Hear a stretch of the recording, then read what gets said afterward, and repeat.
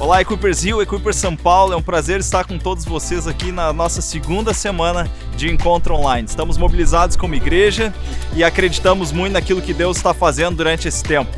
Eu gostaria de te lembrar que, independente da forma como a palavra é entregue, nós devemos honrá-la e nós devemos estar com o coração aberto para recebê-la da melhor forma possível.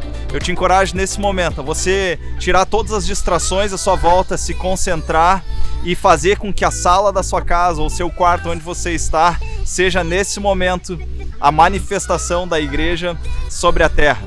Eu tenho certeza que você vai ser encorajado pela palavra que você vai ouvir nos próximos minutos.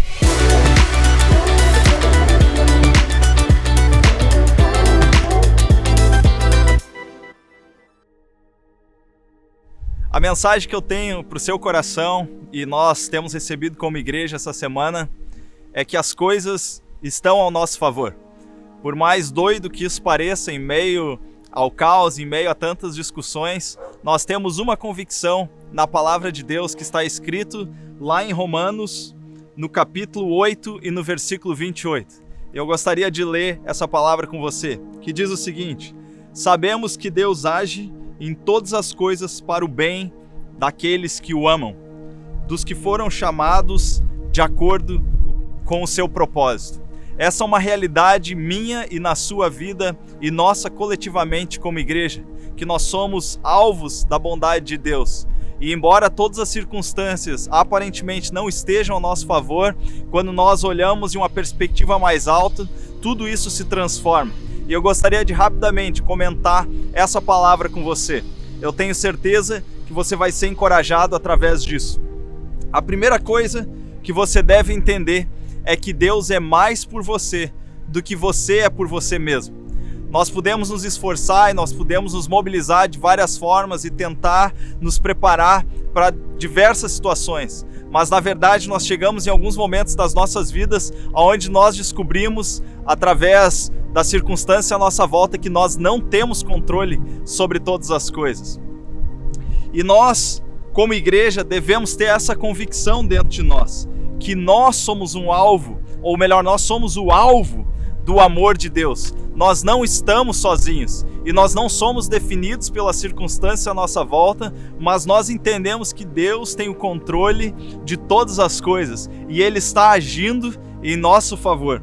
Além disso, nós devemos entender aquilo que está escrito em Isaías capítulo 55, de forma profunda e na prática, que diz que os pensamentos de Deus são melhores do que os nossos. Os planos de Deus estão num patamar muito mais elevado do que os nossos planos. Então, embora as circunstâncias hoje que nós estamos vivendo pareça ser ruim, quando nós subimos em um olhar, em uma perspectiva divina, nós vamos descobrir que nós servimos a um Deus que está acima do caos, o governo dele está estabelecido acima de qualquer circunstância.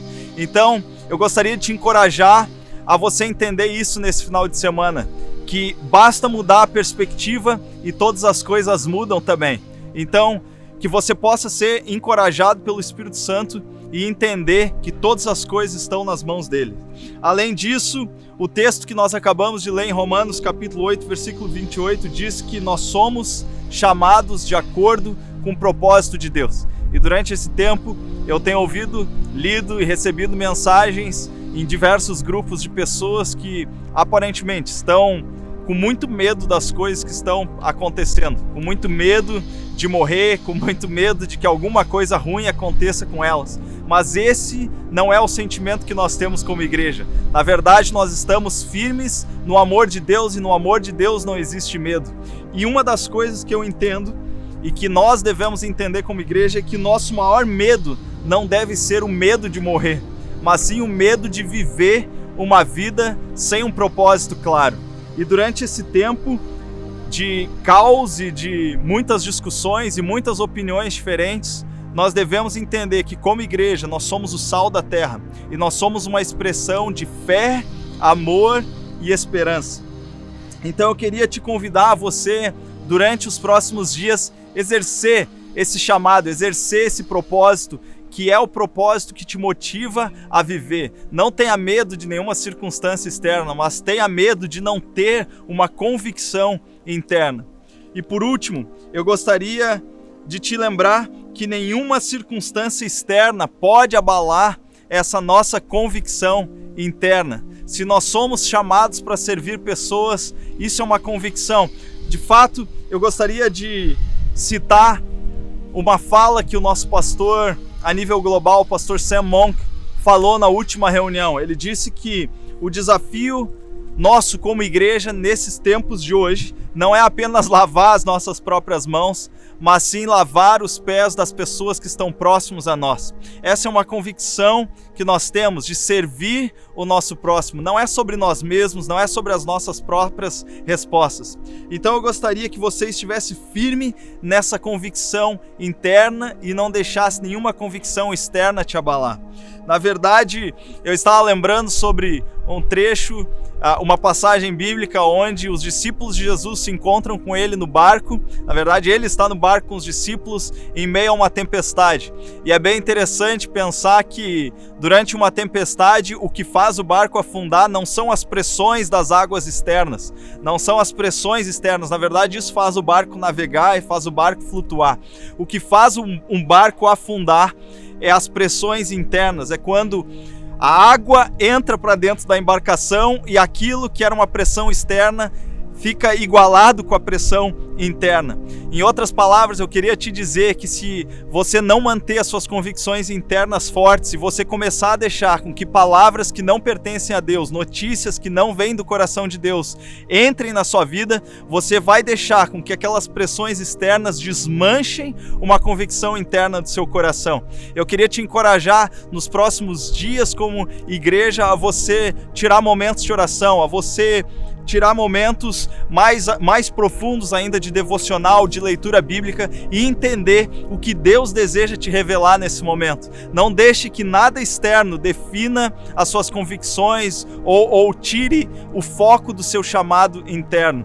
Então, eu gostaria de orar com você nesse momento e gostaria de te lembrar sobre tudo isso que nós conversamos agora. Em primeiro lugar, que Deus é mais por você do que você é por você mesmo. Em segundo lugar, que você tem um propósito em Deus, e o seu propósito não é apenas sobre você mesmo, mas é sobre as pessoas à sua volta. E em terceiro lugar, que nenhuma circunstância externa possa roubar a paz interna do seu coração, que você possa ter essa convicção firme. E eu gostaria de te convidar, onde você está agora, a você fechar os seus olhos, honrar a palavra de Deus que Ele está entregando no seu coração e aceitá-la e ser desafiado por ela. Então ore comigo. Obrigado, Deus, por esse momento que nós estamos tendo como igreja esse final de semana. Nós sentimos faltas das nossas reuniões físicas, mas nós sabemos que mesmo assim a Tua palavra continua sendo ministrada nos nossos corações. Eu te peço, Senhor, que agora sobre cada vida, sobre cada circunstância, nós possamos viver, Senhor, de forma convicta esses pontos. Entender, Senhor, em Ti, que Tu é mais por nós, Senhor, do que nós somos por nós mesmos, Senhor. Que Tu controla todas as coisas, tudo pertence a Ti.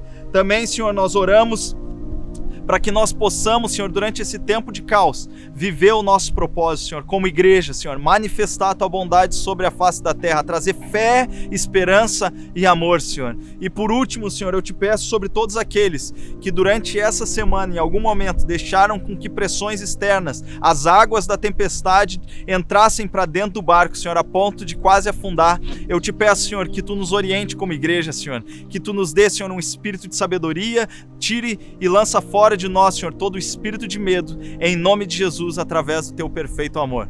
Meu desejo é que nos próximos dias você tenha essas convicções e que você não apenas possa ser abençoado individualmente, mas você também possa abençoar outras pessoas. Eu te encorajo, ao fim dessa reunião, a você enviar esse link, essa mensagem para outras pessoas, talvez alguém da sua família ou do seu grupo de amigos que você julga que deva ouvir essa mensagem. Meu desejo é que Deus te abençoe.